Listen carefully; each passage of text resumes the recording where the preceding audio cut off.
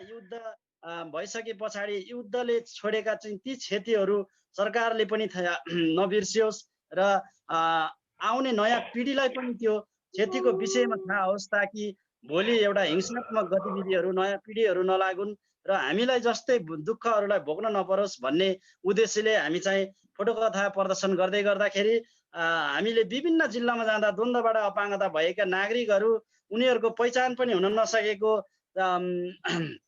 औषधि उपचारहरू पनि हुन नसकेको, द्वन्द्व पीडितको अन्तरिम राहत परिपूरणका कुराहरू पनि कुनै थाहा नभएको र अङ्गभङ्ग घाइते अपाङ्गता भएका व्यक्तिहरूको एउटा सहायता सामग्री पनि नपाएर एउटा बैशाखी एउटा व्हिलचेयरहरू खुट्टाहरू हातहरू पनि हाल्न नसकेर ओछ्यानमा लडिरहेको अवस्थामा हामीले पाइसकेपछि हामी एउटा अपाङ्गता भएका व्यक्तिहरूको राष्ट्रिय सञ्जालको स्थापना गराउन भन्ने चाहिँ लाग्यो र त्यस पछाडि हामीले यो संस्थालाई एउटा नेटवर्कको रूपमा चाहिँ स्थापना गऱ्यौँ र द्वन्द्वबाट डाइरेक्टली अङ्ग गुमाएर क्षति भएका मान्छेहरू अहिले पनि गम्भीर अवस्थामा रहँदै गर्दाखेरि पनि सरकारको त्यहाँ ध्यान जान नसकेको धेरै कुराहरू चाहिँ यहाँ छन्। यी कुराहरू चाहिँ हाम्रो कविजीहरूले कविताको माध्यमबाट पनि यसलाई बाहिर ल्याउने प्रयास गर्नुभएको छ। उहाँहरूलाई हामी हृदयदेखि नै सम्मान गर्न चाहन्छौँ। धेरै व्यक्तित्वहरू पनि महानुभावहरू पनि अतिथिहरू पनि जोडिनु भएको छ। सम्पूर्ण टिमलाई मैले नामै लिन नसके तापनि सम्पूर्ण टिमलाई चाहिँ यो कार्यक्रममा हार्दिक स्वागत गर्न चाहन्छु र हामी यो कार्यक्रम हामीले कविज्यूहरूबाट कविता प्रस्तुत भइसके पछाडि हाम्रो एकजना द्वन्द्वबाट अपाङ्गता भएका नागरिकलाई कस्तो लाग्यो त भनेर हामी सोध्छौँ र त्यस पछाडि वक्ताज्यूहरूले हाम्रो कविता हाम्रो नागरिक द्वन्द्व पीडित साथीले भनेको भनाइ र हाम्रो यज्ञबद्धतालाई जनाएर आफ्नो कुराहरू राख्दै हामी चाहिँ यो कार्यक्रमलाई हामी सक्ने जमर्को गर्दैछौँ भन्ने कुराहरू यहाँहरूलाई जानकारी गराउँदै पहिलो कविता तिमीले त बिर्स्यौ होला भन्ने चाहिँ कवि लेखक सौरभ कार्कीज्यूबाट प्रस्तुत गरिदिनु हुनुको लागि म हार्दिक अनुरोध गर्छु। नमस्ते। सबभन्दा पहिला त कार्यक्रममा तपाईँहरूले मलाई अथवा कविता लेख्नको लागि अनुरोध गर्नुभयो, यसको लागि धेरै धेरै धन्यवाद। मलाई त के लाग्छ भने यस्ता कविताहरू कहिले नलेखिउन् जस्तो लाग्छ कि मैले आफैले पनि कहिले लेख्नु नपरोस् जस्तो लाग्छ। अहिले म के फिल गर्दैछु भने यो अहिले जुन हामी गर्दैछौँ होइन, हामीले कविताहरू लेखिरहेका छौँ, अर्को वर्ष चाहिँ कम्तीमा पनि यो यी कविताहरू लेख्नु नपरोस्। किन लेख्नु नपरोस् भन्दाखेरि चाहिँ अबको समयमा चाहिँ सरकारले यी कुराहरू चाहिँ यी मागहरूले चाहिँ सुनिदियोस् होइन। तपाईँहरू अपाङ्गता भएका हुनुहुन्छ होइन, त्यसपछि अन्य कुराहरूमा पनि जो द्वन्द्व पीडित छन् उनीहरूले चाहिँ कम्तीमा पनि सम्मानका साथ बाँच्ने चाहिँ सम्मानका साथ जीविकोपार्जन गर्ने चाहिँ उपाय पाउन् भन्ने चाहिँ मलाई त्यो एक हिसाबले सरकारसँग र सबै सम्बन्धित सबै पछि म अनुरोध गर्न चाहन्छु। अन्य केही भूमिका नबानिकन तपाईँहरूले मलाई बोलाइदिनु भयो, त्यसको लागि धेरै धेरै धन्यवाद। मैले कविता पढेँ। कविताको शीर्षक आजको मुख्य समाचार, बेवारिसे बम विस्फोट, क्षतिको विवरण आउन बाँकी। उडेरै छुन्थे आकाश, दौडेरै परिक्रमा गर्थे, आँखैले टिपेर घाम डाँडा पारी पठाइदिन्थे, हावाले सुसेलेर जान्थ्यो मिठोलाई हृदयमा। म त्यसैमा गीत उहिले म पनि बाँचेकै थिएँ। तिमीले त बिर्स्यौ होला, मेरो खुट्टा थियो, हात थियो, आँखा थियो, कान थियो, आवाज थियो, उहिले मसँग सबै थियो। तिमीले त बिर्स्यौ होला, तिमीले छोडेको होला, तिमीले त के थियो झोलाभित्र? सत्ता, व्यवस्था, निरङ्कुशता, अत्याचार, शोषण, अधिनायकत्व, स्वतन्त्रता कि विद्रोह? के थियो झोलाभित्र? धुमिल देख्छु आफ्नै फोटा, पुस्न सक्दिन आफ्नै आँसु। टाढो लाग्छ घरकै तगारो, सक्दिन बाट्न छोरीको चुल्ठो। श्रीमतीले जतन साथ खापामा राखेको रेडियोले सुनाइरहेछ कि माइतीघर मण्डलाको समाचार, कि बजाइरहेछ मेरो आफ्नै गीत। एउटा मात्र जुत्ता बेच्न पसलेले मानेन, अर्को जुत्ता त्यत्तिकै छ, लाउने मान्छे भेटिन। हर साँझ अँगेनामा भरभराउँछ आगो, तर घरको सङ्घार नागेर मृत्यु कहिले आइपुगेन, तिमीले त बिर्स्यौ होला। मेरो खुट्टा थियो, हात थियो, आँखा थियो, कान थियो, आवाज थियो। उहिले उहिले मसँग संसार थियो। धन्यवाद।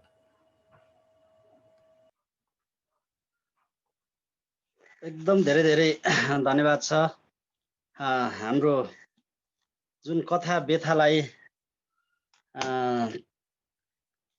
कविताको माध्यमबाट, लेखको माध्यमबाट बाहिर ल्याइदिनु भएको छ। पक्कै पनि यस्तो लेख्न नपरोस्, हामीले भोगेका पीडाहरू कसैलाई पनि भोग्न नपरोस्।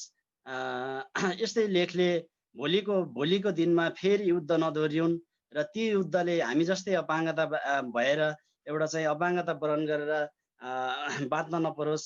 तिमीले त बिर्स्यौ होला भन्ने प्रस्तुत गरिदिनु भयो कवि सौरभ कार्कीज्यूलाई एकदम धेरै धेरै धन्यवाद।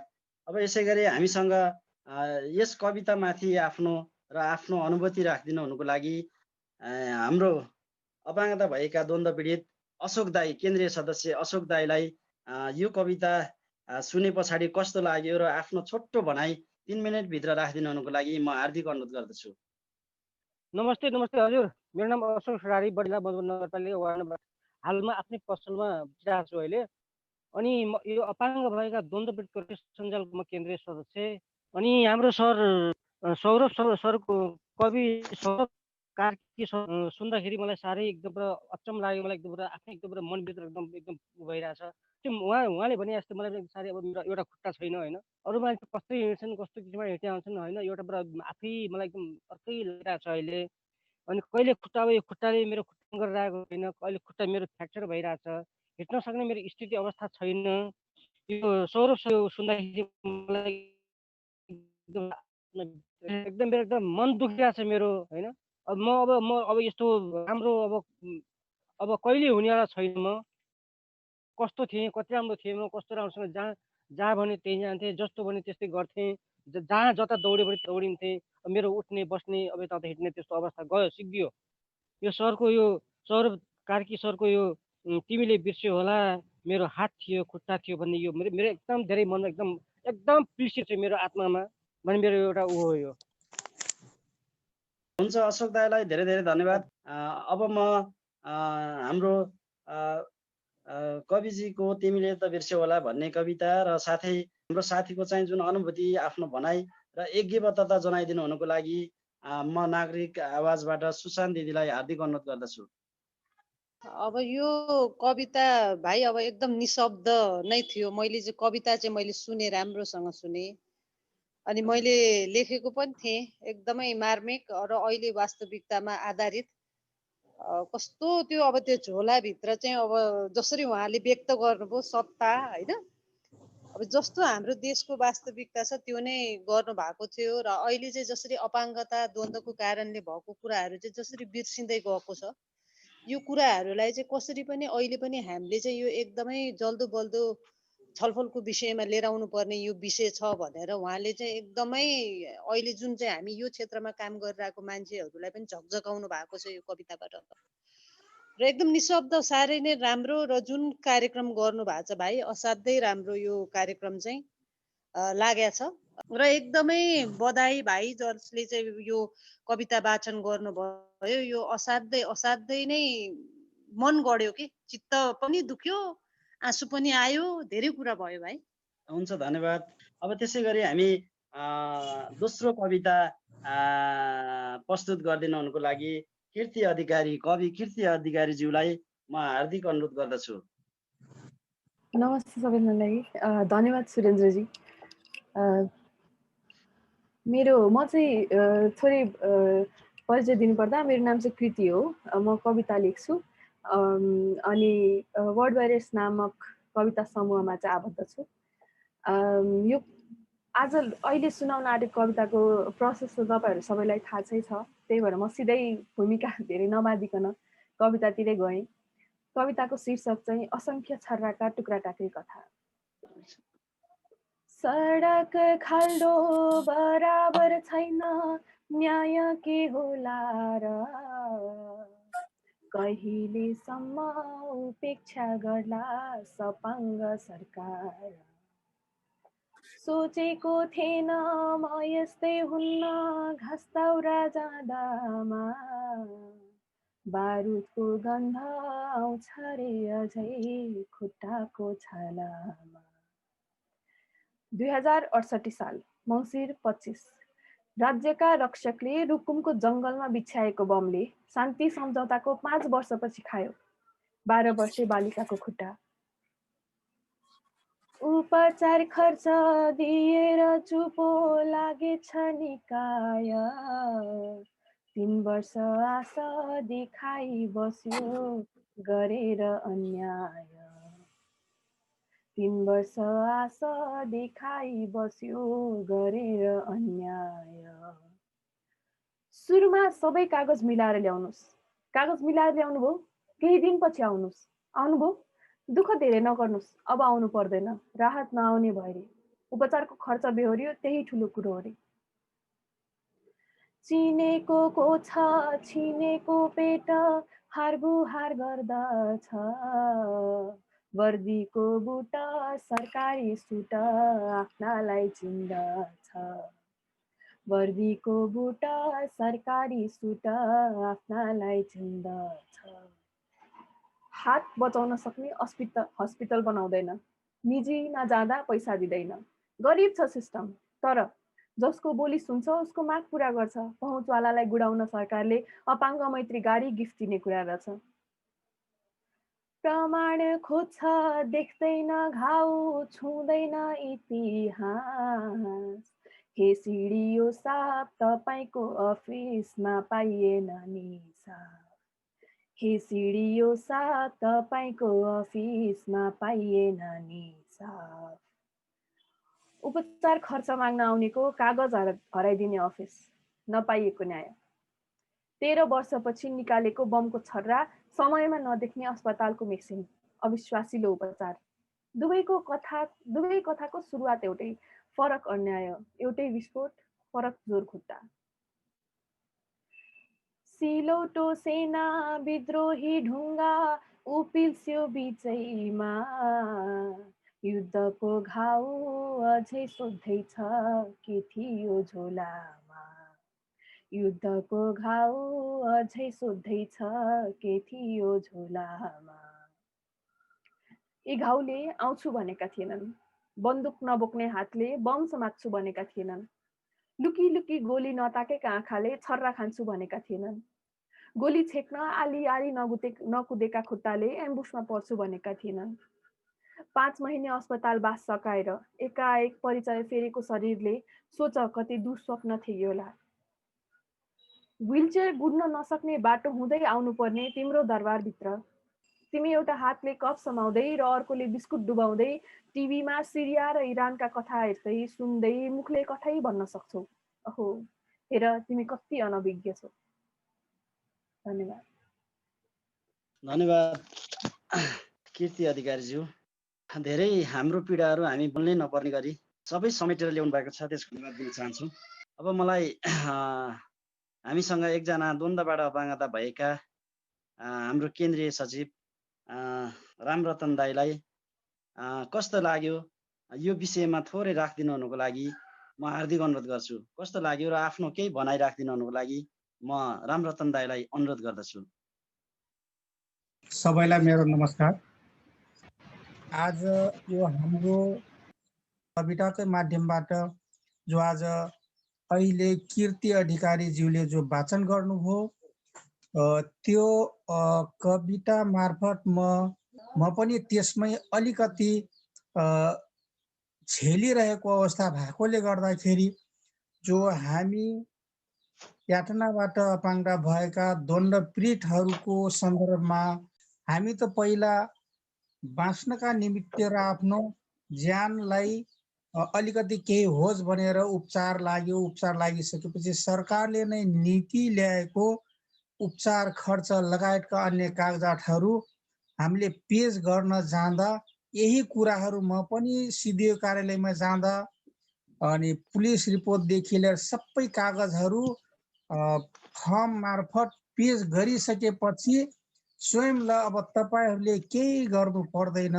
अब हामीले मन्त्रालय जानुपर्ने के जानुपर्ने सिडिओ कार्यालय मार्फत हामी यिनी तपाईँहरूका फाइलहरू सम्बन्धित ठाउँमा पुर्याउने छौँ भनेर भनिरहँदा हामी एक त अशक्त अपाङ्गताहरूले हिँडडुल गर्न नसक्ने अवस्थाकै मान्छेहरूले सिडिओ कार्यालयमै पनि जान नसक्ने र त्यहाँ अपाङ्गता मैत्री पनि नभएको अवस्थामा स्वयंमा पनि त्यसमै अब पीडा भोगिरहेको मेरो फाइल नै हरायो।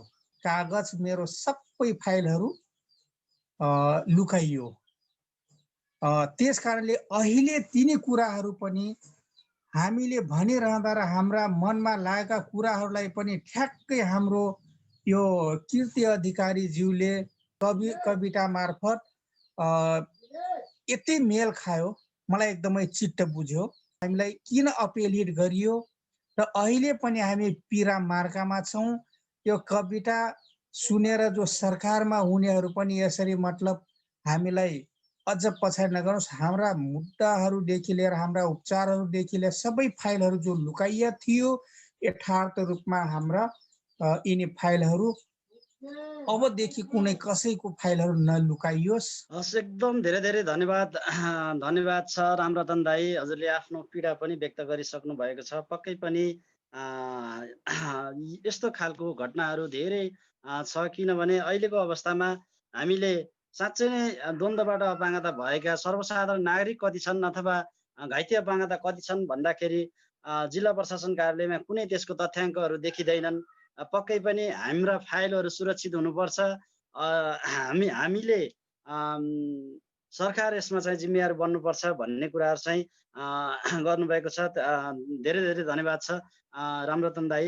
अब त्यसै गरी कविता र हाम्रो साथीको अनुभूतिमाथि आफ्नो विचार र यज्ञबद्धता राखिदिनु हुनुको लागि म द्वन्द्व पीडित साझा चौतारीका केन्द्रीय अध्यक्ष मैना दिदीलाई हार्दिक अनुरोध गर्दछु। धन्यवाद सुरेन्द्र भाइ। कविता कीर्ति बहिनीले भनेको कविता जुन सुनियो त्यो चाहिँ एकदम मार्मिक छ। साँच्चीकै यो द्वन्द्वमा हामीले 2052 देखि 2063सम्मको त त्यो 5 गते मङ्सिर 5 गतेसम्मको द्वन्द्व पिरियडकै भयो।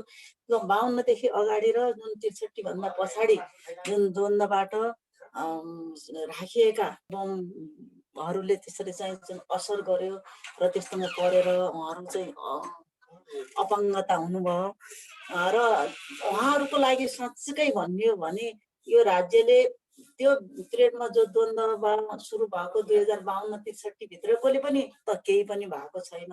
त्यस पछाडि भएकाहरूलाई पनि झन् एकदमै कुनै पनि त्यो न द्वन्द्व पीडित हुन् भन्ने एउटा चाहिँ कुनै लिएको छ, त्यस्तो पनि दिएको छैन। एकदमै हामी दुःखी छौँ र यसैको लागि हामी सधैँ निरन्तर हामी आवाज उठाइराखेका छौँ। र अब द्वन्द्वमा जुन उहाँ चाहिँ अपाङ्गता हुनुभयो, एउटा प्रभावित हुनुभयो र उहाँले आफ्नो शरीरको एउटा अङ्ग गुमाउनु भयो। साँच्चीकै मान्छे एउटा आफ्नो शरीरको अङ्ग गुमाउँदाको पीडा कति हुन्छ भन्ने त्यो अनुभूति जति तपाईँहरूले जुन गुमाउनु भएको छ, जति साथीभाइ हाम्रो चाहिँ द्वन्द्व पीडित भाइ बहिनीहरू, हाम्रा आमा दिदी दाजुभाइहरूले त्यति पीडा त हामीले महसुस गर्न नसकौँला, तर पनि हामी परिवार गुमाएका पीडित हामीले गुमायौँ। र सँगसँगै तपाईँहरूको चाहिँ एउटा अङ्ग गुम्दा कस्तो छ भन्ने पीडा चाहिँ महसुस भइराखेको छ। हामी एकदमै दुःखी छौँ। अपाङ्गता भएका द्वन्द्व पीडितहरू का परिवार व्यक्तिहरूले आफै एउटा चाहिँ सञ्जाल गठन गर्नु भएको छ। साँच्चै तपाईँहरू धन्यवाद दिन चाहन्छु र तपाईँहरूले आफ्नो आवाज आफै हामी उठाउँछु भनेर एउटा जमर्को गर्नु आँट र एउटा गरेर अगाडि बढ्नु भएको छ। त्यसको लागि हामी निरन्तर साझा चौतारीले तपाईँहरूलाई एकीबद्धता, तपाईँहरूलाई सपोर्ट, तपाईँहरूकै सँगसँगै हामी तपाईँहरू सँगसँगै हुनेछौँ भन्ने पनि तपाईँहरूलाई प्रतिबद्धता जाहेर गर्दछु। जिबिसिबी द्वन्द्व पीडित साझा चौतारीलाई धेरै धेरै धन्यवाद दिन चाहन्छु। अब म ढिलो नगरिकन म कवि सुरज सुवेदीज्यूलाई आफ्नो कविता प्रस्तुत गरिदिनु हुनुको लागि म हार्दिक अनुरोध गर्दछु। धन्यवाद सुरेनजी। यो प्रक्रियामा चाहिँ कथा सुनेर अनि कविता लेख्ने भन्ने एउटा प्रक्रियामा सहभागी हुन पाउँदा चाहिँ एकदमै फरक अनुभूति भयो। किनभने म जन्मिएको केही समय पछाडिबाट 2-3 वर्ष पछाडिबाट युद्ध सुरु भएको रहेछ। अनि म बाल्यकालमा हुँदै केही स्मृतिहरू रहेर युद्ध सकियो। अनि एसएलसी दिँदासम्ममा युद्ध लगभग सकियो भन्ने सकिएको थियो लगभग। अनि त्यो बिचमा नजिक हुनु मतलब युद्धको नजिक अथवा युद्धको महसुस अनुभूति चाहिँ भयो, तर जुन किसिमले तपाईँहरूको कथाहरू सुन्दै गर्दाखेरि चाहिँ अझै त्यसको असर कहाँसम्म पुगेछ भन्ने कुरा चाहिँ जान्ने मौका पनि मिल्यो योपालि। जुन अहिले तपाईँहरू जुन लडाइँ लडिरहनु भएको छ, त्यो न्यायको लागि लडाइँ लडिरहनु भएको छ, अनि साहस देखाएर जुन लडाइँ लडिरहनु भएको छ, त्यसले चाहिँ फेरि एउटा त्यो ऊर्जाको सञ्चार पनि भएको छ। अहिले मैना दिदीले भन्नुभयो जस्तै त्यो जे हुनु बितेर गयो, तर त्यसलाई गराउने व्यक्तिहरू चाहिँ यतिकै नजाउन्, अथवा त्यसको त्यो असर चाहिँ यतिकै व्यवस्था भएर नजाओस् भन्ने हिसाबमा जुन तपाईँहरू लडिरहनु भएको छ, त्यसको चाहिँ एकदमै ठुलो त्यो एकदमै प्रभाव परेको छ मलाई पनि। अनि मैले कवितामा त्यही दुईवटा कुरालाई मिसाउने प्रयत्न गरेको छु। मेरो कविताको शीर्षक अनि मैले आफैलाई स्वीकारेँ। हरेक रात सपनामा घाइते हुनुभन्दा पहिलाको आफूलाई देख्थेँ। कुनै चोट नबोकी घर फर्किन्थेँ, कुनै माइन नटेकी साथीलाई पर्खिन्थेँ। पड्किने ठाउँ चिनेको जस्तो लाग्थ्यो, हावा बोकेर हिँडेको जस्तो लाग्थ्यो।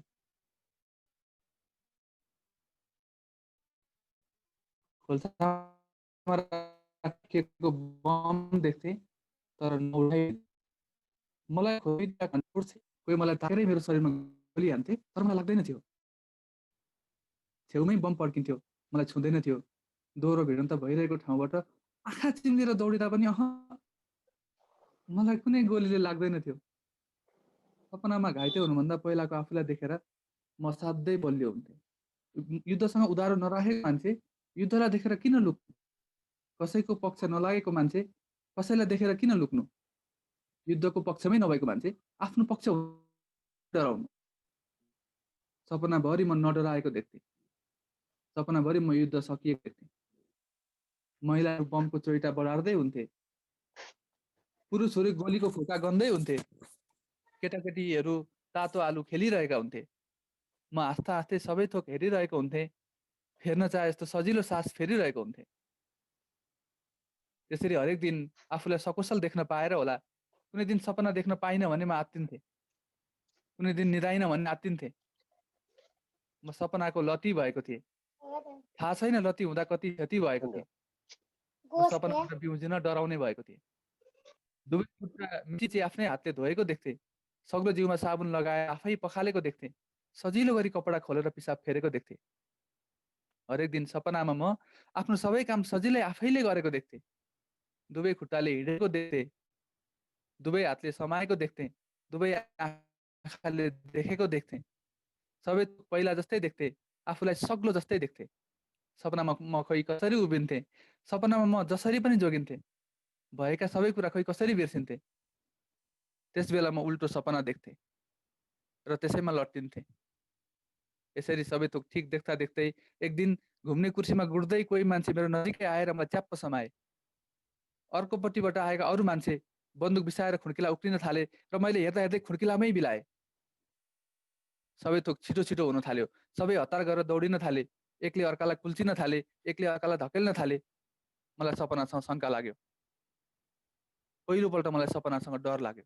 घाउमा बाँधिरहेको कपडा ज्वाट्ट पारेर कसैले तानिदिए जसरी कसैले तानिदियो। म सपनाबाट विपनामा पछारिएँ, म हावाबाट भुइँमा झारिएँ। त्यतिन्जेल आफैसँग भाग्दै रहेछु। म सपनाबाट विपनामा पछारिएँ, म हावाबाट भुइँमा झारिएँ। त्यतिन्जेल आफैसँग भाग्दै रहेछु। त्यसरी म्युजिएर म उठेँ, घाइते भइसकेपछिको आफू भएँ। राम्ररी नमुठारेका लौरो झैँ काटिएका हातखुट्टा धेरै पछि सुमसुमे। अप्रिय साथीले अगाले जसरी अगालि बसेका बमका छर्राका दाग प्रिय साथीको हात मुसारे जसरी मुसारे। युद्धमै परेर पनि युद्ध पीडित नगनिएको आफ्नो नाम दोहोर्याएर आफैलाई सुनाए। मैले आफूलाई पहिलोपल्ट स्वीकारेँ। त्यतिन्जेल आफूसँग हार्दै पो रहेछु। सम्झिन खोज्दा बिर्सी जाने सपनाको लोभमा त्यतिन्जेल आफूलाई मार्दै पो रहेछु। सपनामा हुन्जेल म सिङ्गो रुख थिएँ, सपनाबाट बिउजेपछि म सिङ्गो अचानो भएँ, जिउँदो अचानो भएँ। तर अचानै भएर पनि जिउँदो भएपछि बल्ल आफूलाई चिने, दिनदिनै काटिरहने खुकुरीलाई चिने, आफूमाथि काटिरहेका अरू धेरैलाई चिने। आजकाल पनि सपना देख्छु, तर पहिला जस्तो उल्टो देख्दिनँ। अहिले घाइते भएर निको भएको जिउ नै सपनामा देख्छु, विपनामा भएको आफूलाई नै सपनामा देख्छु। अहिले जितिरहेको सपना देख्छु, जिताइरहेको सपना देख्छु, ऊ बेला भागेको सपना देख्थेँ, अहिले आइपुगेको सपना देख्छु। आफूलाई स्वीकारेपछि आफूलाई भेटिने रहेछ, अहिले भेटिएको सपना देख्छु।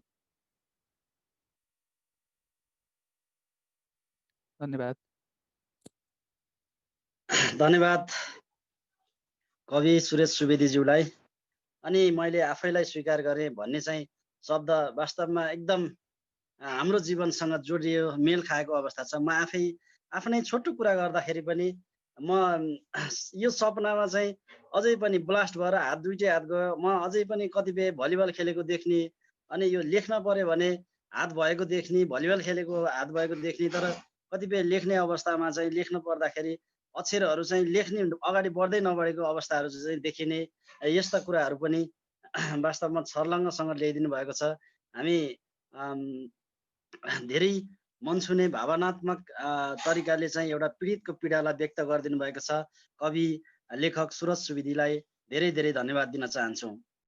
हाम्रो अपाङ्ग व्यक्ति एबारेसी बम ब्लास्टबाट दुईटै खुट्टा गुमाउनु भएको छ रामचन्द्र विगजीलाई आफ्नो कविता माथिको भनाइ र आफ्नो अनुभूति राखिदिनु हुनुको लागि म हार्दिक अनुरोध गर्दछु।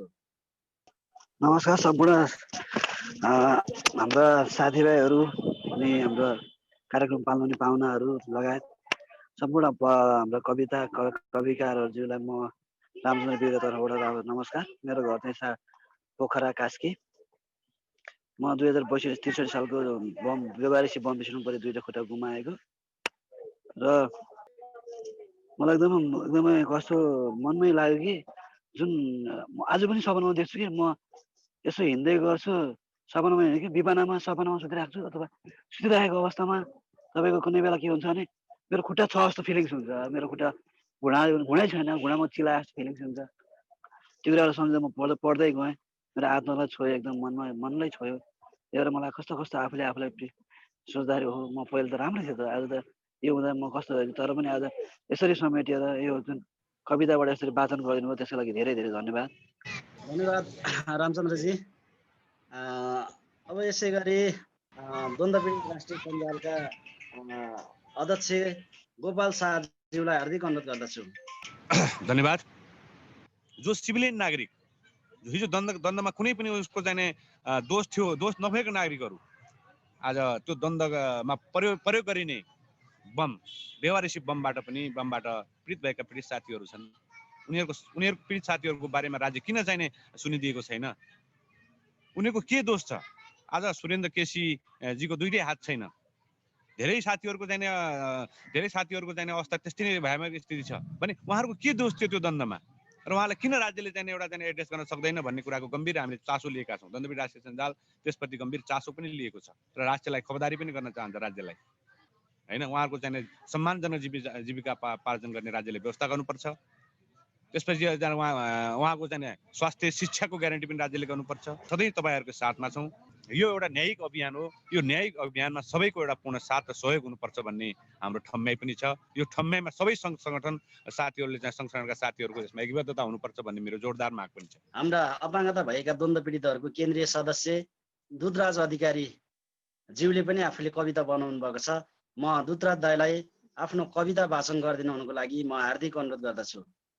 सबैजनालाई नमस्ते र मेरो नाम दुधराज अधिकारी। म कास्की पोखराबाट र म मेरै घटनामा आधारित मैले सानो एउटा कविता लेखेको छु र त्यो म हजुरहरूलाई सुनाउन गइरहेको छु। मेरो कविताको शीर्षक छ मेरो त्यो पल। 2060 साल कार्तिकको महिना, त्यो दिनलाई स्मृतिमा ल्याउन मनै छैन। गुहार पाइन मन बमको छर्रा लागि ढल्ला पनि, शरीर चल्न सकेन खै दिमाग चल्ला पनि। घण्टाभरलाई नाली छेउमा छटपटाइरहे, बन्दुक बोकी राज्य आयो गुहार माग्न गएँ। अस्पताल पुर्याइदेऊ भनी बिन्ती गर्दा, तिनले भने सकिँदैन नाली छेउमै मर्दा। यति मन पोलेन र राज्य बैरी बन्दा, कस्तो होला छटपटाउँदै मृत्यु पल गन्दा। कस्तो होला छटपटाउँदै मृत्यु पल गन्दा। मलाई सुनि भगवानले दूत पठाए झै, मेरै उद्धार गर्न भनी मान्छे खटाए झैँ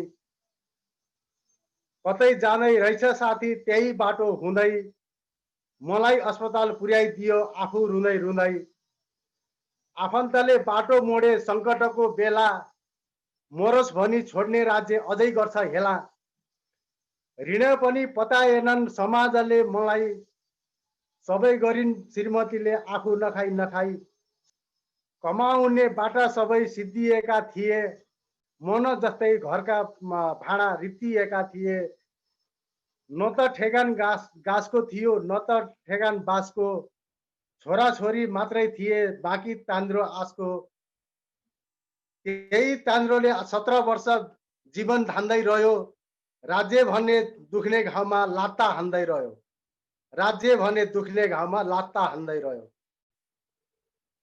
सोध्छौ होला यसै गरी गलाउँछु भनी पीडितको पीडा भुली राज गर्छु भनी बोकेको छु पूर्ण न्यायको त्यो झोला कहीँ कतै बिसाउँदिन जेता होला होला कहीँ कतै बिसाउँदिन जेता होला होला धन्यवाद हुन्छ धन्यवाद दुधराज दाई हाम्रो केन्द्रीय सदस्य दुधराज अधिकारी जुन द्वन्द्वकालमा चाहिँ दोहोरो भिडन्तमा आफ्नो ज्यान अपाङ्गता बन्नु पुग्यो वरण गर्नु पर्यो र वास्तविक पीडा झल्किने खालको कविता प्रस्तुत गर्नुभयो दाइलाई धेरै धेरै धन्यवाद छ र उहाँको अनुभूतिमाथि आफ्नो विचार र यज्ञबद्धता राखिदिनु हुनुको लागि म एडभोकेसी फोरमका ओम कुमार सेन ठकुरीज्यूलाई हार्दिक अनुरोध गर्दछु। हजुर धन्यवाद सुरनजी। दुधराज सरले चाहिँ कविता वाचन गर्नुभयो। यो आफ्नो मनमा लागेको आफूलाई चाहिँ भएको मनमा भएको पीडालाई चाहिँ यसरी लेख मार्फत चाहिँ व्यक्त गर्नुभएको छ, जुन चाहिँ उहाँको आफ्नो पीडा पनि यो व्यक्त गर्दाखेरि अलिकता हलुङ्गो मन हलुङ्गो हुने र अन्यको मनमा लागेको कुराहरू पनि उहाँले व्यक्त गर्ने गर्नुभएको छ। त्यसको लागि उहाँलाई धन्यवाद। द्वन्द्वकाल पछाडि चाहिँ अहिले जुन नयाँ जेनेरेसन आएको छ उनीहरूलाई थाहा हुँदैन यो कुराहरू चाहिँ। त्यो कारणले गर्दाखेरि द्वन्द्वकालमा के भएको थियो, कस्ता चाहिँ समस्याहरू थिए, कस्ता कस्ता पीडाहरू चाहिँ मान्छेहरूले भोगेका थिए, कस्तो कस्तो किसिमको चाहिँ मानव अधिकार हनन भएको थियो, त्यो कुराहरू चाहिँ निरन्तर आवाज उठिरहनु पर्छ। जस्तो हामी हेर्छौँ विभिन्न अन्य देशहरूमा त्यसलाई चाहिँ संरक्षण गरेर राखेको हुन्छ, एउटा लाइब्रेरी बनाएर म्युजियम बनाएर देखाइराखेका हुन्छ, त्यो डिस्प्ले गरिरहेको हुन्छ संसारभरिका मान्छेहरूलाई। त्यसले के देखाउँछ भने भोलिका दिनहरूमा चाहिँ फेरि यस्तो घटनाहरू चाहिँ नघटोस्। हुन्छ धन्यवाद भन्दै अबको कविता वाचन गरिदिनु हुनुको लागि कवि रूपा थापाज्यूलाई हार्दिक अनुरोध गर्दछु।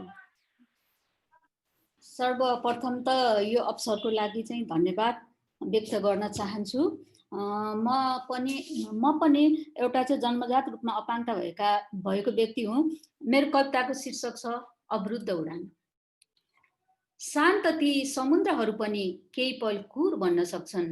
अचानक आउने सुनामीका लहरहरूले जसरी बदलिदिन्छ संसारकै गति र डुबाइदिन्छ असंख्य कथाहरूलाई पृथ्वीको गर्भभित्र इतिहासमै कहिले नभए जस्तो गरी। त्यसरी नै सिकारीद्वारा थापिएका ती धरापहरू जसमा धुवा बनी उडेपछि पूर्ण विराम होइन, कोमामै टक्क अडिएको थियो मेरो हजार माइलको यात्रा। त्यो समय त्यति क्रूर थियो, स्वतन्त्र उडिरहेका मेरा पखेटाहरूलाई एकै पलमा झम्टिएको थियो बाँझका फन्जाहरूले, अनि मेरो विवश चित्कारहरूले गुन्जिएको थियो त्यो शान्त जङ्गल। पर्खाइमा थिए मेरा बछेराहरू, म साँझ पख गुडमा फर्केर आउने आशमा। तर म भने रक्तामे भई छटपटिरहे कयौं रातसम्म र सोचे ती सिकारीका सन्तानहरू पनि त त्यसरी नै आफ्ना माउका पर्खाइमा थिए होलान्।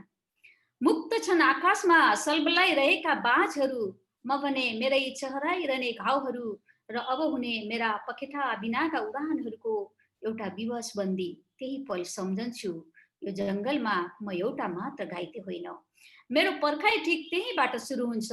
सायद कोही आउनेछ मेरो निम्ति मलमहरू बोकेर अनि जोड्नेछन् मेरा छेद विच्छेद भएका पखेटाहरूलाई। यही जङ्गलमा निदाइरहेका सिंहहरूले बिउजेपछि मेरो बाँकी रहेका आधा शरीरलाई न्यायको तराजुमा जोखेर मलाई न्याय देलान् त, कि बाँकी रहेको मेरो आधा अस्तित्वलाई घटना भए नभएको, घाइते भए नभएको, प्रमाण भए नभएको एम्बुसमा पारेर उनका रात्रि भोजको टेबलमा परिकार बनाएर सजाउलान्। अनि रगतका आहालहरूमा डुबेका ती गोहीहरू जसले मेरो आधा शरीर निलिदिए र आधा जीर्ण शरीर मलाई सुम्पिदिए, तिनका आँखा चिम्लिएको अभिनयले अब मलाई रोक्दैन।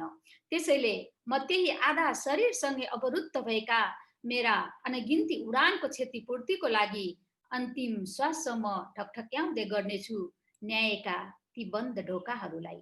संसारको कयौं फन्को मार्ने मेरा सपनाहरू त्यो धरापको तारहरू झैं जबरजस्ती जलेको धेरै भयो। एकातिर मेरो जिन्दगीको कथा मसँग भाँसिँदैछन् यो देशको कृत्रिम शान्तिको चिहान गाडीमा, अर्कोतिर पलाउँदै पनि छ म भित्रै आशाका मुनाहरू, जहाँ जमिनबाटै मेरो निरन्तरताको प्रयास अब भने अरू कसैको स्वतन्त्र उडान र यात्रा कहिले पनि अवरुद्ध नहुन्। अब भने अरू कसैको स्वतन्त्र उडान र यात्रा कहिले पनि अवरुद्ध नहुन्। धन्यवाद।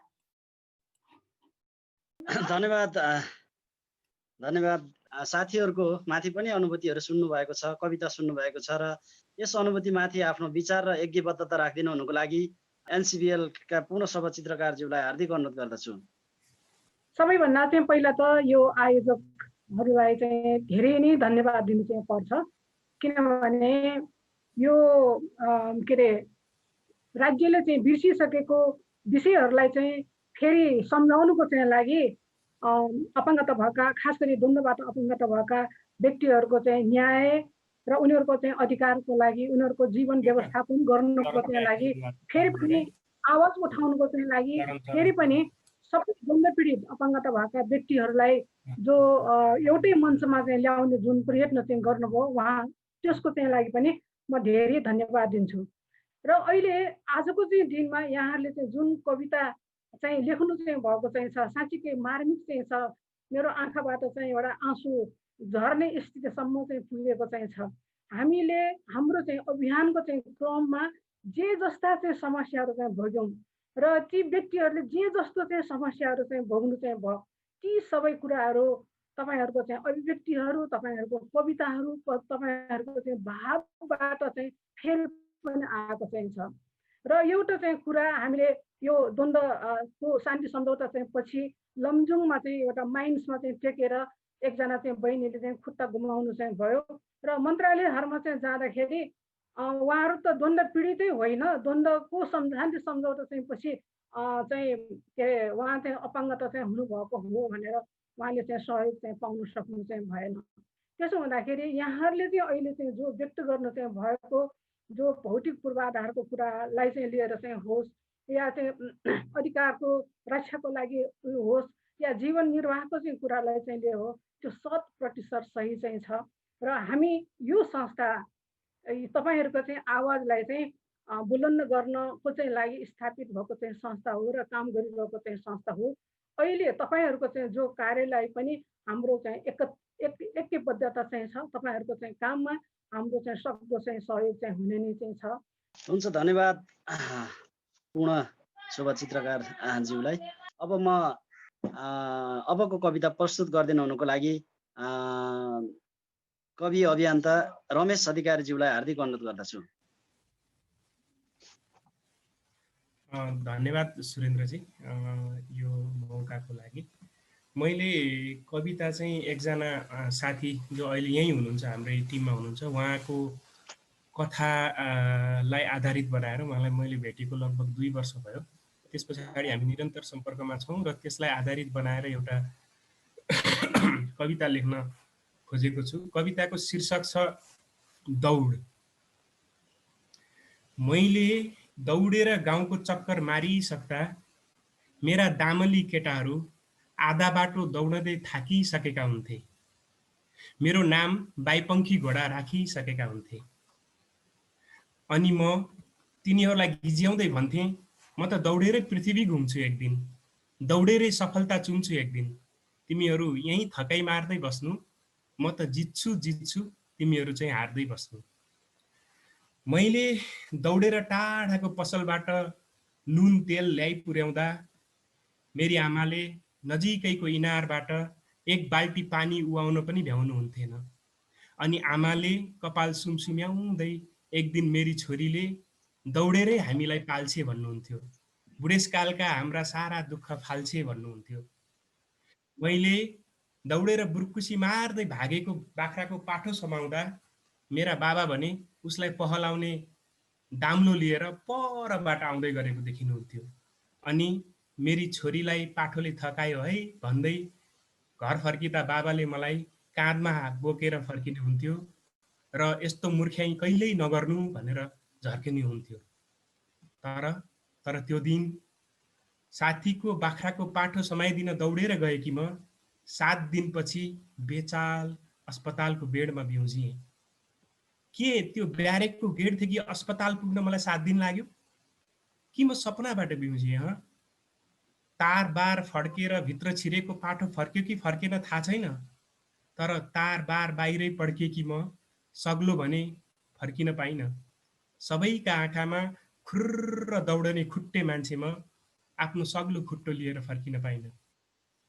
आज पनि लाग्छ बारीमा छिरेर बाली खाइरहेका बाख्राका पाठाहरू धपाइदिउँ, दौडेर गाउँको चक्कर एकै फन्कोमा लगाइदिउँ, तर कृत्रिम खुट्टाले डसेको दुखाइले आफैलाई चक्कर छुटेर आउँछ। अब त छोरीलाई थकाइ लाग्यो भनेर चढाउने बाको काँध पनि छैन। कति दूरी टाढा हो कति दूरी नजिक भनेर छुट्याउने साथ पनि छैन। हिजो दौडेर केटाहरूलाई जित्ने म आज भाँचिएको कृत्रिम खुट्टा फेर्ने दौडमा छु। हिजो दौडिएरै पृथ्वीको फन्को मार्ने आँटकी म आज त्यो लिस्टमा मेरो पनि नाम अटाइदेऊ न भन्दै सरकारी दफ्तरको फन्को मारिरहेकी छु। कोही पुर्याइदेऊ मलाई हिजो म भएको समयमा, मलाई केही नभएको समयमा। म चाहन्छु सियोको धागो उन्न नसक्ने गरी, पुरुषले कपडा बुन्न नसक्ने गरी, मेरो कृत्रिम खुट्टाको ट्याक ट्याक ट्याक आवाज सुन्न नसक्ने गरी बुढी हुँदै गएकी मेरी आमालाई दौडेरै पाल्न सकूँ। म चाहन्छु मेरो खुट्टा बनाउनका लागि दौडँदा दौडाँदै सधैँको लागि विश्राम लिएका मेरा बाबाको काँधमा बेफिक्री भएर आफ्ना खुट्टा फाल्न सकूँ। म चाहन्छु यो धरतीका गर्भभरि बेबाजरी से छोडिएका ती हरेक विस्फोटनका स्रोतहरू उखाल्न सकूँ। म चाहन्छु यातना होस् वा गोलीले छिया छिया पारेका हरेक मनहरू टाल्न सकूँ। म चाहन्छु क्रान्तिका नाममा होस् वा आतंककारीका बहानामा बगाइएका ती हरेक बुँद रगतका टाटा पखाल्न सकूँ। लौ न आऊ कोही मलाई पुर्याइदेऊ हिजोको म भएको समयमा, मलाई केही नभएको समयमा। धन्यवाद। धन्यवाद रमेश सर। एकदम यो कवितै पछि म आफैलाई पनि यो कार्यक्रम सञ्चालन गर्न एकदम धौ भइरहेको अवस्था छ। किनभने धेरै मान्छेलाई मनै त हो होइन, मान्छेको भावनात्मक समस्या पनि अलिकति आउँदो रहेछ। पक्कै पनि हाम्रो तुलसी जी पनि यही हुनुहुन्छ, उहाँले पनि आफ्नो राय राख्नुहुन्छ होला। एकदम बडो उहाँको आफ्नो जीवनमा भएका घटनाहरूलाई छर्लङ्ग पारेर एउटा चाहिँ हाम्रो यो सम्पूर्ण अतिथिगण मानव अधिकार कर्मीको बिचमा एउटा कविताको माध्यमबाट राखिदिनु भएको छ। अब त्यसै गरी हामी त्यही कविता लेखिएकी बहिनी हाम्रो अपाङ्गता भएका द्वन्द्व पीडितहरूको केन्द्रीय महासचिव तुलसी परिवारलाई कस्तो अनुभूति भइरहेको छ र केही भन्न सानो मन्तव्य राखिदिनुको लागि म अनुरोध गर्छु। नमस्ते सबैलाई। यो कविता सुनेर चाहिँ मलाई अहिले त्यो भन्न सक्दैन कस्तो भयो भने कविताले चाहिँ मेरो एकदम मन छोयो। म पहिलाको स्थितिमा चाहिँ गएँ, म जगेर बस्दा थिएँ। त्यो स्थितिमा चाहिँ म कस्तो गर्थेँ के गर्थेँ त्यो के लेखो भन्न सक्ने कसरी भन्नु शब्द पनि छैन। कविताले चाहिँ मेरो एकदम तुलसीजी हुन्छ। धन्यवाद तुलसीलाई। तुलसी हाम्रो संस्थाको महासचिव पनि हुनुहुन्छ। एकदम बढी भावुक पनि हुनुभएको छ। पक्कै पनि आफ्नो घटनालाई एउटा मान्छेको कतिपय पीडाहरू कतैबाट बाहिर आइदियो भने पनि उसको मनको बोझ हल्का हुन्छ भन्ने चाहिँ लाग्छ हामीलाई। त्यो भएर कुनै न कुनै माध्यमबाट जुन बाहिर ल्याउनु भयो रमेश सर लगायत अरू कवि सबै कविहरूलाई चाहिँ हृदयदेखि नै एकदम धन्यवाद दिन चाहन्छौँ। भन्दै अबको यो हाम्रो कविता माथि हाम्रो साथीको अनुभूतिमाथि आफ्नो विचार र एकबद्धता राखिदिनु हुनुको लागि म जया दिदीलाई हार्दिक अनुरोध गर्दछु। सबैजनालाई नमस्कार। रमेशजीको कविता सुनिसकेपछि र योभन्दा अगाडि हाम्रो एकजना साथीले भन्नुभएको त्यो ठ्याक्कै नाम चाहिँ मैले अहिले सम्झन सकिनँ, किन रमेशजीको कविता र विशेष गरेर तुलसीजीलाई अहिले स्क्रिनमा देखेपछि एकदम भावुक त पक्कै पनि हामी सबैजना भयौँ, तर एउटा आक्रोश पनि आयो मनमा। सँगसँगै जुन चाहिँ हामी सधैँभरि भनौँ न द्वन्द्व पीडित साथीहरूसँग, दिदीबहिनीसँग, त्यस्तै गरेर विभिन्न खालको मानव अधिकारको एउटा उल्लङ्घनको अवस्था भोगिरहनु भएको साथीहरूसँग कुरा गर्दाखेरि भावना हामीमा आउँछ, एउटा भावुक पनि हामी हुन्छौँ, तर आक्रोश एकदमै सँगसँगै पनि आयो विशेष गरेर तुलसीजीलाई देख्दाखेरि। तर तुलसीजी तपाईँको साहसलाई एकदमै सलाम गर्छु म। र बिर्स तिमीहरूले भनेर जब राज्यले भनिरहेको अवस्था छ, बिर्स भनेर एउटा बाध्य बनाउन खोजिएको कुरालाई चाहिँ हामीले यी कुराहरू बिर्सिनु हुँदैन। हाम्रो न्यायको लडाइँ त छँदै नै छ, तर त्यो सँगसँगै हामीले यी कुराहरू हामीले बिर्सिनु हुँदैन। हामी न्यायको लागि अगाडि बढिरहनु पर्छ भन्ने कुरालाई अझ धेरै सतहमा ल्याइदिएको छ भन्ने लाग्छ मलाई। र कविताको सन्दर्भमा कुरा गर्दाखेरि रमेशजीले कविताको माध्यमबाट जुन एउटा भावना, एउटा एकजना व्यक्ति जो तुलसीजीकै कथालाई चाहिँ समग्रमा जोडेर त्यो बेलाको परिस्थिति कस्तो थियो, त्यो बेलाको परिस्थितिमा अनाहकमा एउटा आफूलाई भनौँ न अपाङ्ग पारिएका, घाइते बनाइएका व्यक्तिहरूको आवाजलाई रमेशजीको कविताले भन्दा बढी कुनै शब्दले पनि मैले त्यसलाई चाहिँ व्यक्त गर्न सक्दिनँ होला। तर रमेशजीलाई एकदमै धेरै धेरै धन्यवाद। र रमेशजी भन्दा अगाडि कविता वाचन गर्नुहुने सम्पूर्ण कविज्यूहरूलाई पनि म एकदमै धन्यवाद दिन चाहन्छु। विशेष गरेर द्वन्द्वको बेलामा द्वन्द्व सिर्जित अवस्थाको कारणले गर्दाखेरि अपाङ्गता बनाएका व्यक्तिहरूको आवाजलाई, उहाँहरूको अधिकारको मुद्दालाई यसरी सङ्गठित रूपमा ल्याउनु भएकोमा म एनएनडिसिबीलाई फेरि धन्यवाद दिँदै यतिमै छोटोमै आफ्नो कुरा राख्न चाहन्छु। हुन्छ जया दिदी, हजुरलाई धेरै धेरै धन्यवाद छ। संस्थालाई प्राविधिक सहयोगहरू पनि गरिराख्नु भएको छ। हामी आजै मात्र यो जुमको लागि पनि अब द स्टोरी किचनलाई चाहिँ हजुरहरूलाई अनुरोध गरेका थियौँ र यो चाहिँ समय यो जुम लिङ्क उपलब्ध गराइदिनु भयो। प्राविधिक सहयोग गरिराख्नु भएको छ बिजु दिदीले। उहाँहरूलाई सबैलाई चाहिँ स्टोरी किचनलाई एकदम हृदयदेखि धन्यवाद दिन चाहन्छु। अब हामी अन्तिम चरणमा आइसकेका छौँ। अब हामीसँग 7औं रचना कवि, लेखक सबैको एउटा चाहिँ मन मस्तिष्कमा बस्न सफल नवराज पराजुली ज्यू पनि हामीसँग हुनुहुन्छ र हामी उहाँको कविता पनि हामी सुन्नेछौँ। त्योभन्दा अगाडि हामीसँग राष्ट्रिय बङ्ग महासङ्घका उपाध्यक्ष आदरणीय दिदी रमा ढकालज्यू पनि यहाँ हुनुहुन्छ र यही विषयमा रमा ढकाल दिदीलाई आफ्नो भनाइ राखिदिनु हुनुको लागि म हार्दिक अनुरोध गर्दछु। एकदम धेरै धेरै धन्यवाद सुरेन्द्रजी।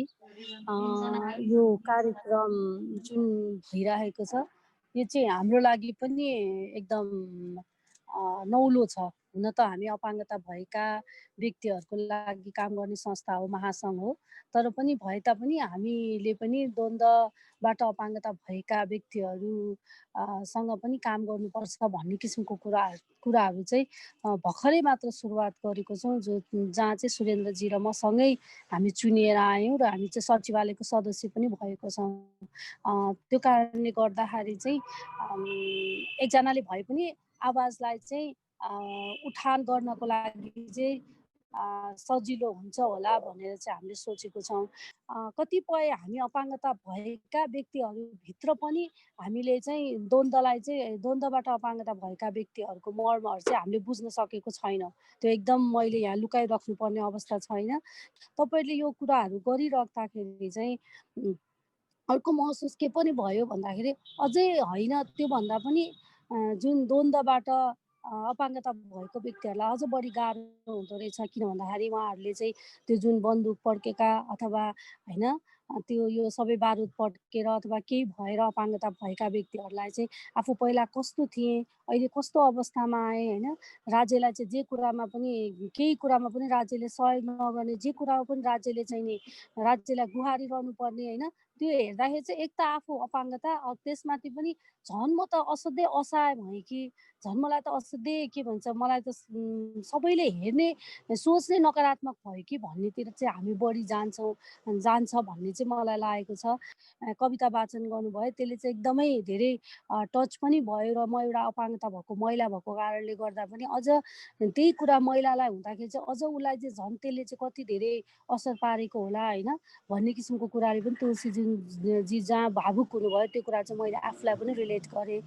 राष्ट्रिय अपाङ्ग महासङ्घले कहाँ गएर के गर्नुपर्छ, हामीले कसरी नेटवर्किङ गरेर कोअर्डिनेसन गरेर चाहिँ सँगै काम गर्न सकिन्छ भनेर चाहिँ हामी त्यो कुरामा चाहिँ हामी एकदम सँगै काम गर्ने प्रतिबद्धता जनाउन चाहन्छु।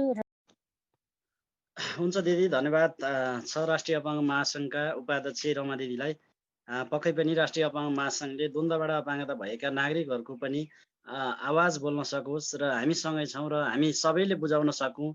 हामीले दुई तरिकाबाट भन्ने गर्छौँ, एउटा हामी अपाङ्गता भएका व्यक्ति भन्ने गर्छौँ, तर अहिले हामीले पछिल्लो समयमा द्वन्द्वबाट अपाङ्गता त हामीलाई त वास्तवमा भएको होइन, हामीलाई बनाइएको हो।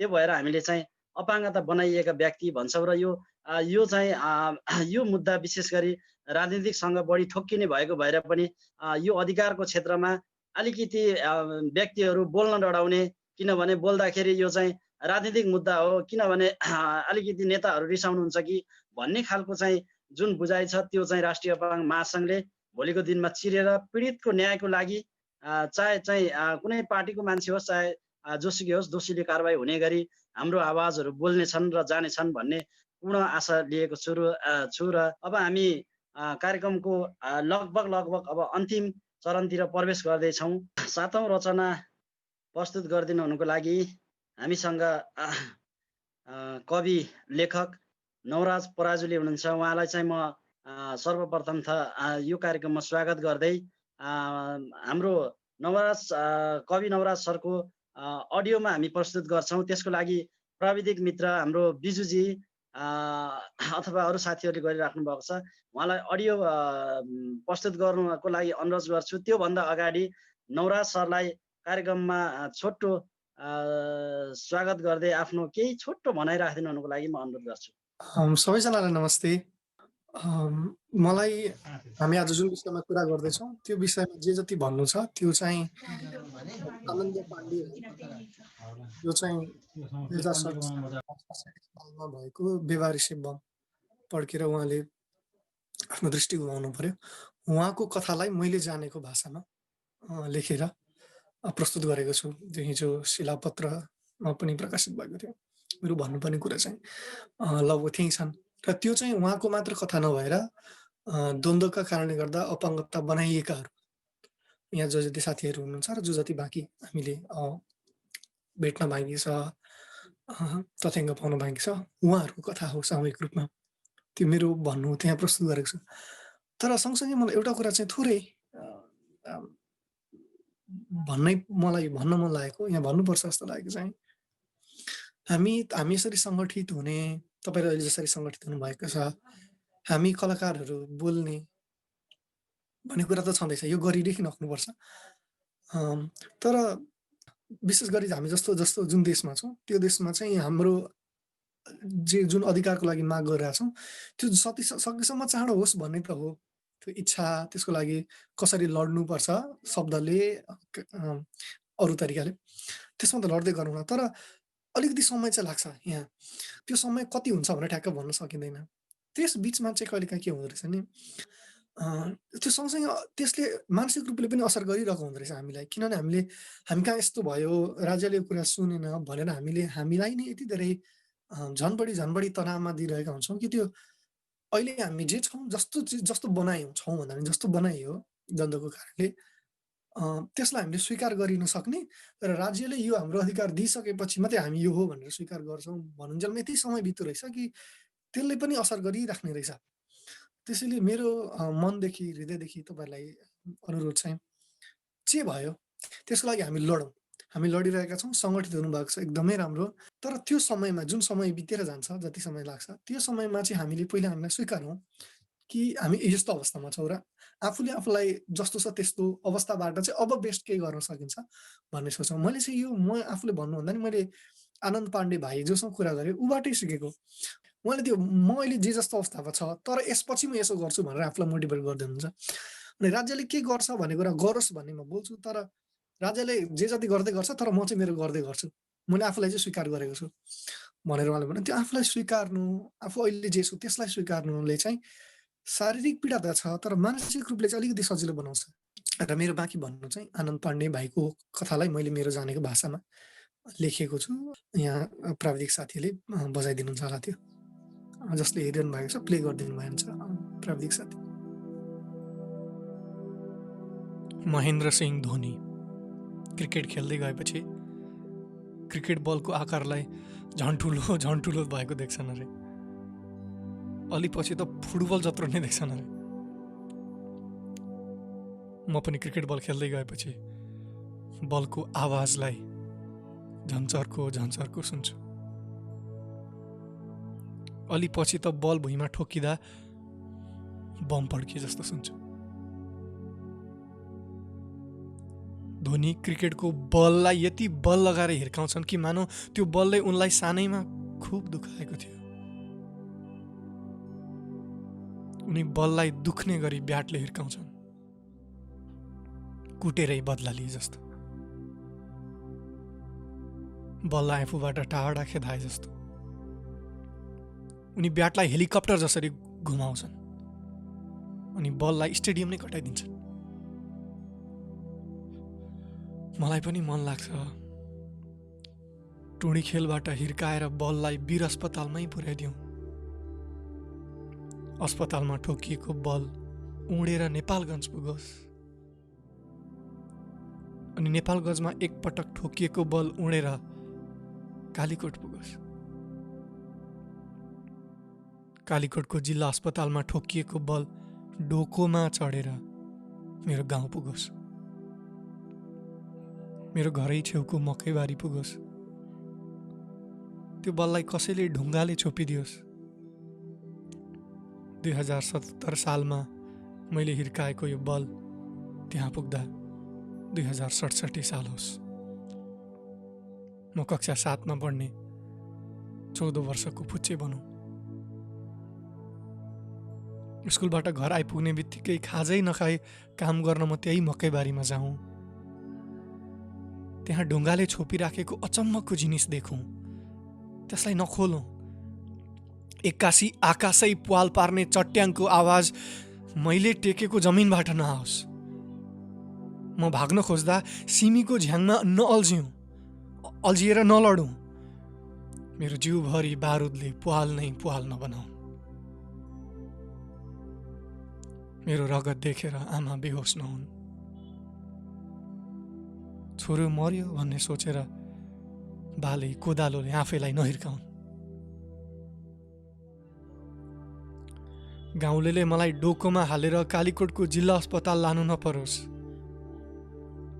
जम्मा ब्यान्डेज बाँधेर त्यहाँको डाक्टरले यहाँ त यी मरिजान्छन्, नेपालगञ्ज लानु नभन्नु। अर्काले छोडिदिएको प्लेनको सिटमा बसेर मैले नेपालगञ्ज जानु नपरोस्। नेपालगञ्जको डाक्टरले यहाँ तै मरिजान्छन्, काठमाडौँ लानु नभनन्। काठमाडौँमा आफ्नो बलियो बलि दिने कोही नहुनाले अस्पतालमा म फालिएको झोला जस्तो नहुँ। अस्पतालका मान्छेले यो मर्छ भनेर मलाई ब्यान्डेज मात्रै लगाएर नराखुन्, मलाई हप्ता दिनसम्म नझुलाउन्। पछि टिचिङ अस्पताल पुर्याउँदा त्यहाँका डाक्टरले नभनुन्, ढिला भयो, तपाईँको आँखा बचाउन सकिँदैन।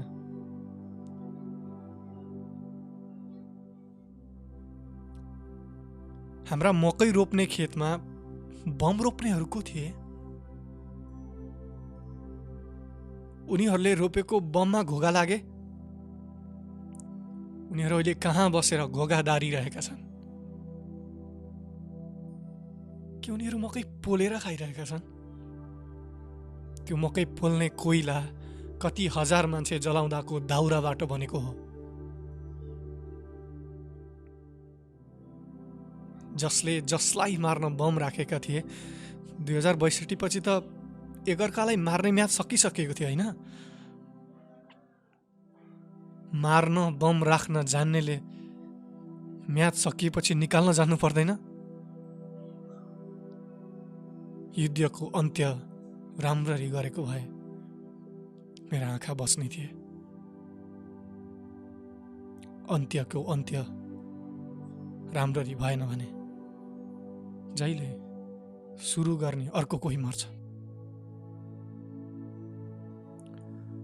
ब्याटमा लागेर बल आकाशतिर गएको थियो। बमबाट भाग्न खोज्दा म सिमीको बेलोमा नअल्झिएको मात्रै भए मेरा आँखा बस्ने थिए। क्रिकेट बल आकाशबाट झर्दै थियो, मैतिर आउँदै थियो। गणतन्त्र आएको निकै वर्ष भइसकेको थियो। त्यो गणतन्त्र ल्याउन हाम्रो कालीकोटमा खुब रगत खेलाखेल भएको रहेछ। त्यहीँ बसेर त्यत्रो रगत खेलिसकेकाहरूले कालीकोट अस्पताललाई रगत रोक्न सक्ने मात्रै बनाइदिएको भए पनि मेरा आँखा बच्ने थिए। म आकाशतिर बललाई हेर्दै पछाडि सर्दै समात्न खोज्दै थिएँ। बल समात्न म उफ्रिएँ। नेपालगञ्ज कत्रो ठुलो ठाउँ हो। नेपालगञ्जमा कति ठुल्ठुला मान्छे जन्मेका मरेका रहेछन्। नेपालगञ्जमा कति ठुल्ठुला आन्दोलन जन्मेका मरेका रहेछन्। त्यति ठुलो ठाउँको अस्पताललाई काठमाडौँ बिनै मान्छे बचाउन सक्ने डाक्टर र सामान दिएको भए मेरा आँखा बस्ने थिए। वीर अस्पतालको एउटा बुढो बेडमा म कालीकोट जिल्लाको एउटा मासुको डल्लो लडेको थिएँ। बमले चोक्टा चोक्टा भएको एउटा ठुलो चोक्टो। म सरकारको थिइनँ। म देशैभरि सरकार भन्ने पसल खोलेर हिँडेका पुराना सरकारको पनि थिइनँ। मलाई बचाएर कसैलाई फाइदा थिएन। मेरा लागि बलियो गरी बोलिदिने कोही भइदिएको भए मेरा आँखा बच्ने थिए। म कसैको भएको भए अर्कै गरी बाँच्ने थिए। आकाशको बल मधुरो मधुरो देख्न थाले। मेरा आँखा तिर्मिराए। घामले आँखा पोल्यो। मलाई दाजुले सघायो। यहाँ हुँदैन भनेर टिचिङ अस्पताल लग्यो। डाक्टरले भने यहाँ आउनले ढिला गर्नुभयो। एउटा आँखा बारुदले खाइसक्यो। अर्कोमा पछि कसैको आँखाको नानी राख्न सक्ने सम्भावना चाहिँ छ, तर भर हुन्न। आँखाको नानीलाई भर गर्ने आँखाको नसालाई पनि बारुदले खाइसकेको छ। म जिउभरि बारुदले बनाएका प्वालहरू बोकेर सास फेरिरहेको थिएँ। मेरो जिउ गर्मीमा ओड्ने झुल जस्तो प्वालै प्वाल भएको थियो। दिशा गर्न कट्टु आफै खोल्न सक्दिनथे। दिशा गरिसकेर आफै दिशा धुन सक्दिनथे। बाँचेको एउटा आँखाले धमिलो देख्थेँ। दाजुले सघाउँथ्यो। दाजुले मलाई ऊ बसेको घरको छतमा राखेर जान्थ्यो। छतमा घाम ताप्न आएकाहरू उनीहरूको हात देखाउँदै, यहाँ कतिवटा औँला छन्? कतिवटा भन्दै गिज्याउँथे। कतिले सोध्थे, मुख किन बिगारेको, आची आयो? कति भन्थे, यस्तो सबैको भार भएर बाँच्नुभन्दा त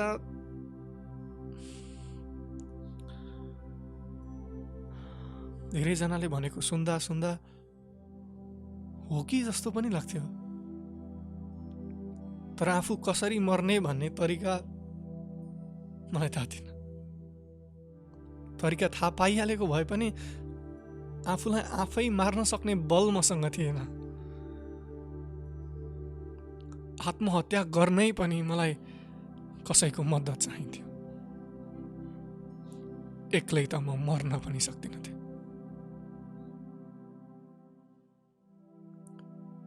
बल आएको बाटोमा घाम यसरी टल्कियो कि म पुरै अँध्यारो देख्न थालेँ। नदेखेको बललाई मैले अब कसरी पक्रिनु? तर हाँस पलायो।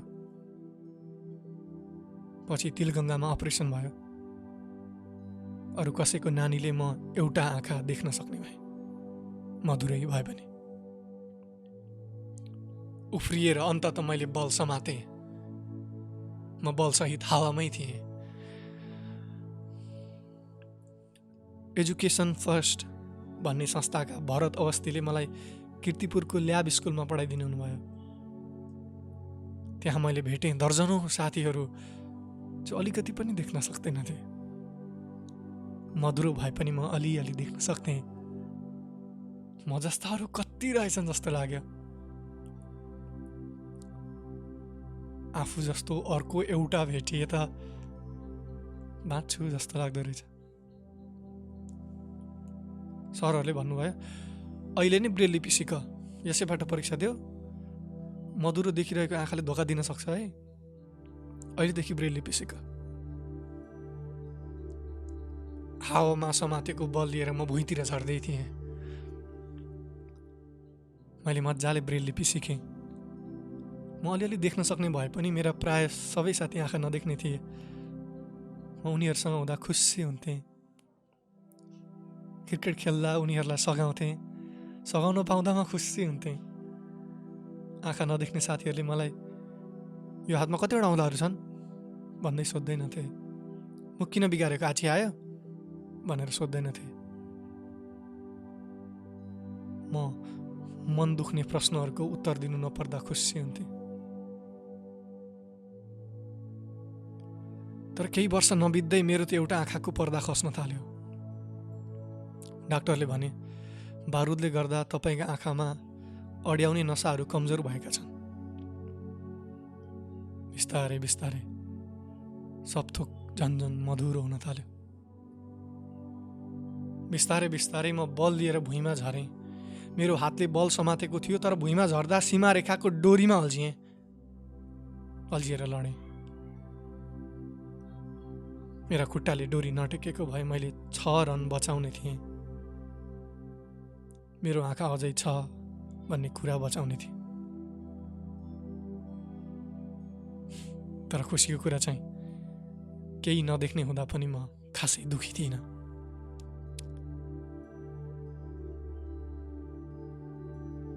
किनकि म पहिल्यै केही नदेख्ने भइसकेको थिएँ। अहिले त म केवल पहिले जस्तो थिएँ, फेरि त्यस्तै भएको थिएँ। ब्रेल लिपि खरर लेख्न पढ्न सक्ने पहिले भइसकेको थिएँ। क्रिकेट बल कहाँ आइपुग्यो भनेर कान थापेर सुन्न सक्ने भइसकेको थिएँ। एसएलसीमा पनि A+ हान्दिएँ। क्रिकेटको नेसनल खेलाडी हुँ। जुडोको नेसनल च्याम्पियन हुँ। जुडो खेल्न विदेश गइसकेको छु। जुडोमा त गुरुसँगै भेट्दिन्छु म। फेरि जुडो खेल्न विदेश जान आँटेको थिएँ। यो कोरोनाले ल्याङ गर्यो। जुडोको ओलम्पिक हुँदैछ। त्यहाँ देख्नेहरूसँग खेल्ने सपना छ। म त देख्नेहरूसँग खेल्छु, जितेर देखाइदिन्छु। देख्नेहरूले कुन चिज कहाँ राख्नुहुन्छ हुँदैन भन्ने देखेको भए मैले आज यस्तो नियति भोग्नु पर्दैन थियो। म देख्नेहरूलाई जितेर देखाइदिन्छु। देख्नेहरूले हिजोलाई फर्किएर हेरेको भए आज यस्तो हुँदैन थियो। म देख्नेहरूलाई जितेर देखाइदिन्छु। देख्नेहरूले भोलि देखेको भए यस्तो हुँदैन थियो। मेरा धेरै दाजु दिदीहरू छन् जो माओवादी थिएनन्, सरकार थिएनन्, तर माओवादी र सरकारको लडाइँमा अपाङ्ग भएका छन्। उनीहरूलाई माओवादीले कहिले देखेन, सरकारले अझै देखेन। म नदेख्नेहरूलाई देखाइदिन्छु। देख्नेहरूले राखेको बमले म नदेख्ने भएँ। शान्ति सम्झौता पछिको अपाङ्ग हो भनेर उनीहरूको नियमले मलाई देखेन। उनीहरूले राखेको बम शान्ति सम्झौताको 5 वर्षपछि पड्कियो त म के गरौँ? उनीहरूले बमलाई शान्ति सम्झौतापछि शान्त रहन भन्नु पर्थ्यो। हाँडीमा राखेको मकै तात्दै गएपछि फुल उठ्छ भन्ने उनीहरूले देखेनन्, तर म नदेख्नेहरूलाई देखाइदिन्छु। 12को परीक्षा दिएको छु। यति वर्ष त संस्थाले पढाइदियो, अब मसँग पढ्ने केही र पढाइदिने कोही हुनुहुन्न। न सरकारको न माओवादीको भएकोले राज्यको केही सुविधा आजसम्म पाइन। यही राज्यका कसैले मलाई आँखा नदेख्ने बनाएका हुन्, तर आज उनीहरूमध्ये कसैका आँखाले मलाई देखेनन्। धेरै चाहिएको छैन मलाई। अब जति पढ्छु त्यति राज्यले पढाइदिए, मेरा आँखाले भन्ने थिए। मलाई मेरो देशले देख्यो। म सपनामा जत्तिकै खुसी हुने थिएँ। ठुलो हुन्जेलसम्म आँखा देखेको भएर म आजभोलि सपनामा आवाज मात्रै सुन्दिनँ, दृश्य पनि देख्छु। तर जब केही दृश्य देख्छु म सपनामै हात्तिन्छु। सपनामै थाहा पाउँछु कि यो साँचो होइन। सपनामै थाहा पाउँछु कि देख्न सक्ने म साँच्चैको म होइन। सपनामा सुनुन्जेल सबै ठिक हुन्छ, तर जब सपनामै केही देख्छु तब देख्नुले नै मलाई सपनाबाट बिउजाइदिन्छ। मलाई सपनाले नै सपना देख्न दिँदैन, तर पनि मलाई देख्नेहरूलाई जितेर देखाइदिन मन छ।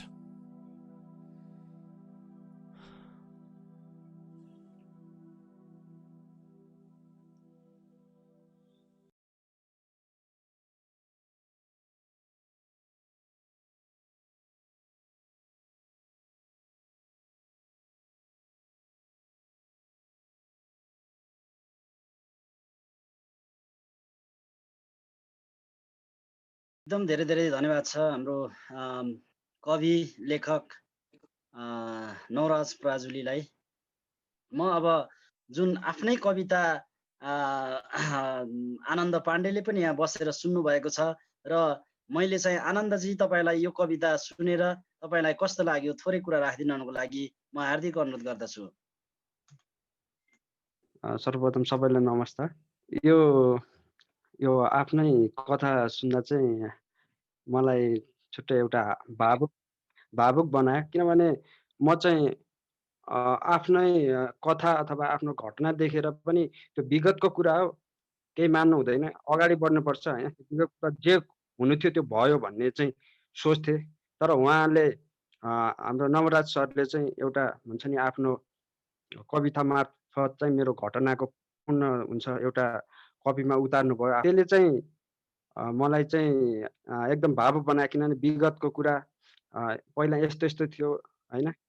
पढ्न जाने उमेरमा चाहिँ त्यस्तो भएको घटना चाहिँ म जे हुनु थियो पहिला भयो भन्ने मान्छे चाहिँ हो, तर उहाँले चाहिँ यसरी लेख्नुभयो कि भावुक बनायो कि, किनभने त्यस्तो ऊ थियो है भन्ने चाहिँ एउटा ममा पनि केही गर्न सक्ने क्षमता। अनि उहाँले चाहिँ सपनाको कुरा गर्नुभयो होइन, किनभने पहिला त्यो प्रायः जसो सबैलाई होला, किन बिचमा एक्सिडेन्ट भएको, पहिला नर्मल मान्छेहरू चाहिँ पछि एक्सिडेन्ट मा पऱ्यो भने चाहिँ सपनामा आए पनि त्यो पहिला म नर्मल थिएँ भनेर देखिन्छ क्या सपना।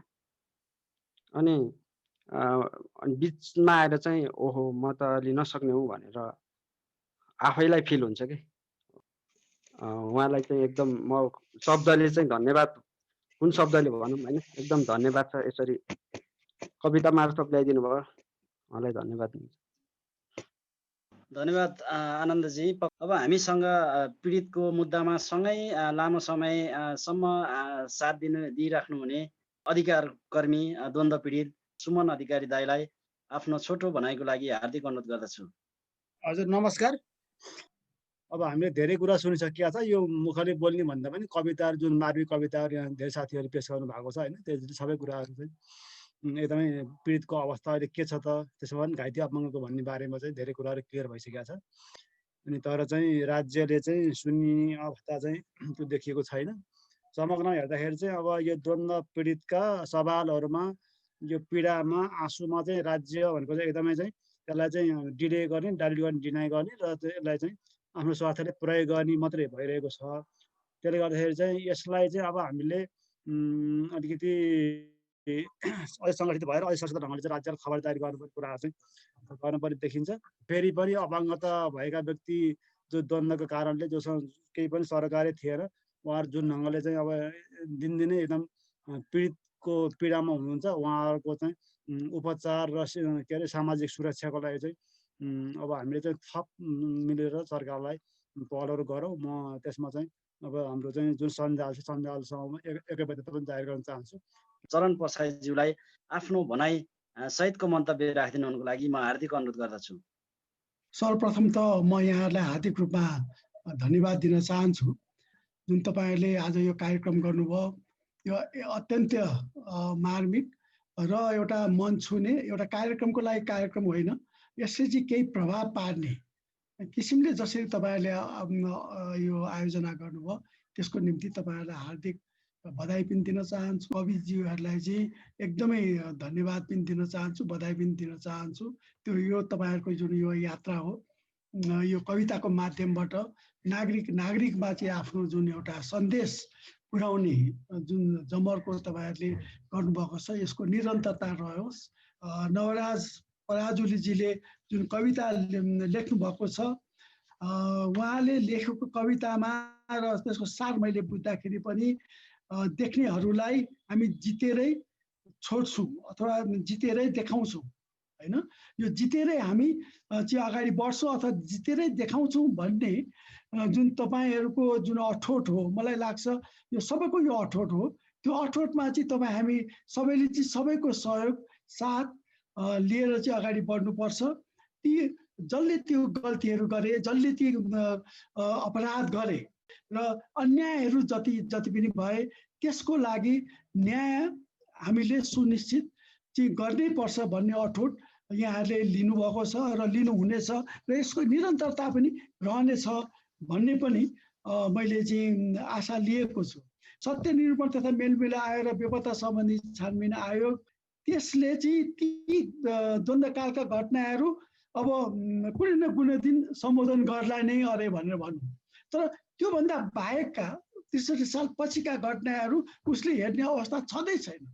त्यस कारणले गर्दाखेरि म के अनुरोध गर्न चाहन्छु र तपाईँ हाम्रो सबैको एउटा प्रयास के हो भन्नुहुन्छ भने ६३ साल पछि घटेका घटना जो द्वन्द्वसँग सम्बन्धित छन् र थिए ती घटनाहरूलाई पनि यो सङ्क्रमणकालीन न्यायका जुन कुराहरू हुन् त्यसमा चाहिँ कसरी जोड्ने, त्यसको न्याय प्राप्तिको निम्ति चाहिँ एउटा कानुनी आधार चाहिँ कसरी निर्माण गर्ने भन्नेतर्फ पनि एउटा पहल तपाईँ हामी सबैले गर्नुपर्छ।